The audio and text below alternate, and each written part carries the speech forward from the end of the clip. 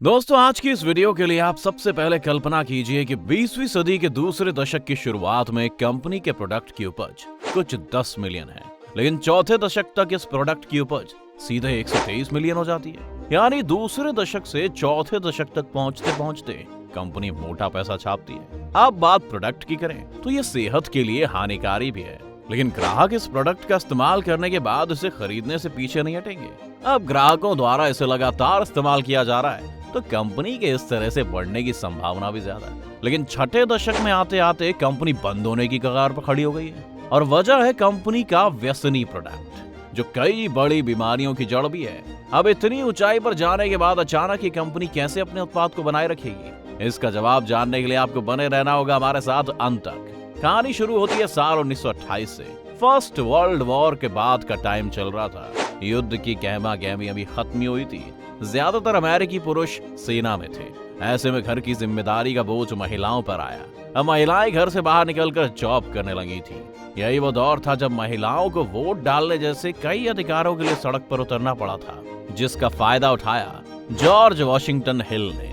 George Washington हिल American tobacco company के president थे, जिन्होंने महिलाओं के इस आंदोलन को खूब भुनाया।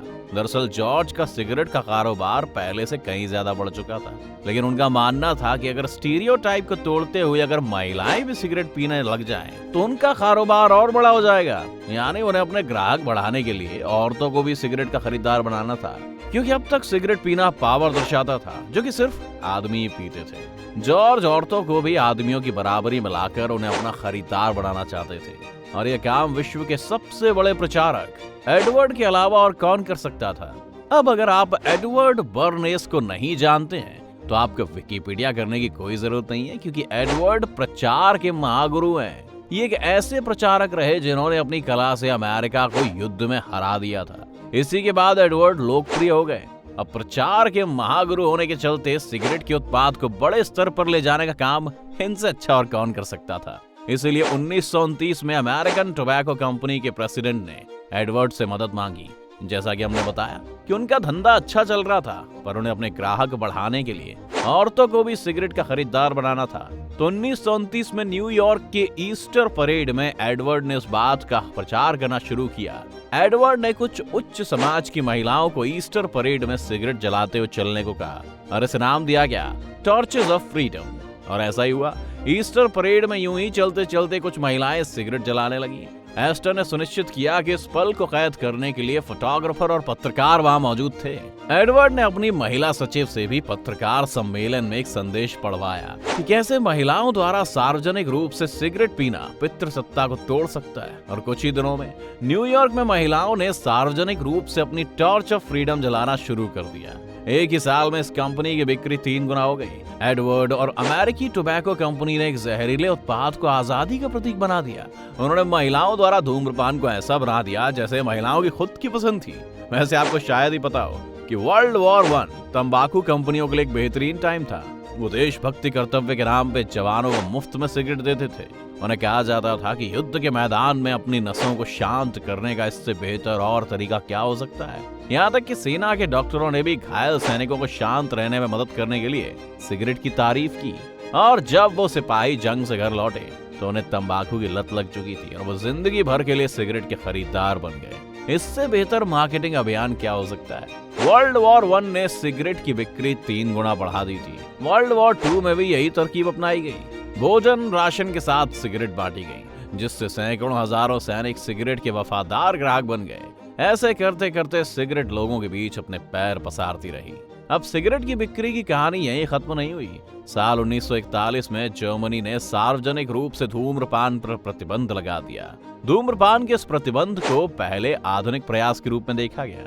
हिटलर के शासन में नाजी पार्टी ने हर विश्वविद्यालय, डाकघर, सैन्य अस्पताल और नाजी पार्टी कार्यालय में धूम्रपान पर प्रतिबंध लगा दिया। जहां जर्मन और इटालियंस तंबाकू से नफरत करते थे, तो वहीं फ्री वर्ल्ड के नेता चर्चिल, रूजवेल्ट और स्टालिन सभी भारी धूम्रपान करने वाले थे, जिनकी बयानबाजी ने सिगरेट की बिक्री को और ऊंचाइयों पर लाकर खड़ा कर दिया। अब पहले से कहीं अधिक देशभक्त परिवारों और लौटने वाले अमेरिकी सैनिक तंबाकू का सेवन कर रहे थे, पर हर बार की तरह ये काफी नहीं था। तंबाकू विक्रेता जानते थे कि सिगरेट और भी बड़ी और अधिक लाभदायक हो सकती है। लेकिन वो तब जब कंपनी के लोगों को उनका पहला कश लेने के लिए मनवा सकें, और एक बार ऐसा करने के बाद वो आदी हो जाएंगे। इसीलिए उन्होंने इतिहास के सबसे तेज तर्रार बिक्री अभियान को लॉन्च किया। लोगों को स्वास्थ्य जोखिमों से राहत दिलाने के लिए उन्होंने अपनी सिगरेट का समर्थन करने के लिए डॉक्टरों और दंत चिकित्सकों को काम पर रखा। डॉक्टर ने जो आदेश दिया वो सब सिगरेट के विज्ञापनों पर था, और यही एडवर्ड बेरनेस की टॉर्च ऑफ फ्रीडम को दूसरे स्तर पर ले गई। अब बड़े पर्दे पर मशहूर हस्तियों को धूम्रपान करने के लिए भुगतान किया जाने लगा। सिगरेट को और आकर्षक बनाया गया था। अभियान यहाँ तक गिर गया कि बच्चों का भी धूम्रपान के विज्ञापनों में इस्तेमाल करने लगे। 2 दशकों से ज्यादा समय तक सिगरेट बनाने वाली कंपनियों के पास जहां चाहे वहां विज्ञापन करने के लिए एक स्वतंत्र शासन था, और अधिक पैसा कमाने के लिए वो कुछ भी कर रहे थे। और ये लाभदायक भी हुआ। 60 के दशक की शुरुआत में 42% अमेरिकी नियमित धूम्रपान कर रहे थे। इसका मतलब कि तंबाकू विक्रेताओं के पास 75 मिलियन से ज्यादा वफादार ग्राहक थे। पर ऊंचाइयों पर पहुंचते हैं तो नीचे भी गिरना पड़ता है। यही हुआ तंबाकू उद्योग के साथ। 11 जनवरी 1964 को यूएस सर्जन जनरल ने धूम्रपान और कैंसर के बीच संबंध पर अपनी रिपोर्ट जारी की। मूल रूप से कहा गया कि धूम्रपान पुरुषों और महिलाओं में फेफड़ों के कैंसर का प्रत्यक्ष कारण था और क्रोनिक ब्रोंकाइटिस के मुख्य कारणों में से एक था। इस रिपोर्ट ने पूरे अमेरिका को चौंका दिया। अचानक सरकार ने इसी उद्योग को विनियमित करना शुरू कर दिया, जिस पर उन्होंने अपने सैनिकों को सिर्फ 25 साल पहले काम करते रहने के लिए भरोसा किया था। ऐसा लग रहा था कि सिगरेट की बिक्री रुक गई है। एक डॉक्टर की राय के कारण तंबाकू विक्रेता दशकों की मेहनत और प्रचार को आग की लपटों में नहीं जाने दे सकते थे। इसलिए विक्रेता एक नई रणनीति के साथ आए। योजना सरल थी। वे सिगरेट के खिलाफ जाने वाले डॉक्टरों पर हर छोटी छोटी गंदगी खोदते हुए घटिया अभियान चलाने लग गए, और लोगों ने भी ये विश्वास ना करने का अपना कारण खोजना शुरू कर दिया। कंपनी ने विरोध करने वाली रिपोर्ट लिखने के लिए सैकड़ों डॉक्टरों को भी खरीदा और रिपोर्ट को गलत साबित करवा दिया। अब फिर उन्होंने ये दावा करना शुरू कर दिया कि ये दावा करने के लिए कोई वैज्ञानिक प्रमाण नहीं है कि सिगरेट स्वास्थ्य के लिए हानिकारक है। इसके बाद विक्रेताओं ने बिक्री जारी रखने के लिए हल्की सिगरेट बनाना शुरू कर दिया, ताकि लोगों का भरोसा पूरी तरह से ना गवा दें। अब 1970 के दशक में अमेरिकी गवर्नमेंट ने टोबैको के विज्ञापनों पर बैन लगा दिया। टीवी पर बैन हुई तो विक्रेता अखबारों में मशहूरी देने लगे। वहां से भी बैन हुआ तो टोबैको स्पोर्ट्स इवेंट में प्रायोजकों की भूमिका निभाने लगे। 90 के दशक तक इंटरनेट पर नए तरीके से सिगरेट के विज्ञापन देने लगे, लेकिन सिगरेट के हर प्रकार के विज्ञापन प्रतिबंधित होने के बाद विक्रेताओं ने ऐसे देशों में अपने उत्पाद का विस्तार करना शुरू कर दिया जहां प्रतिबंध लागू नहीं किया जा सकता था।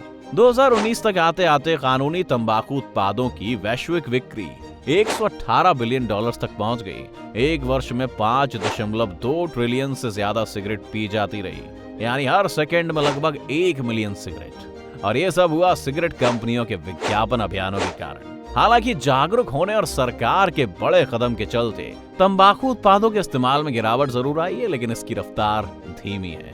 अब आप कंपनी के इस प्रचार प्रसार को किस तरह देखते हैं? आप हमें कमेंट करके जरूर बताएं।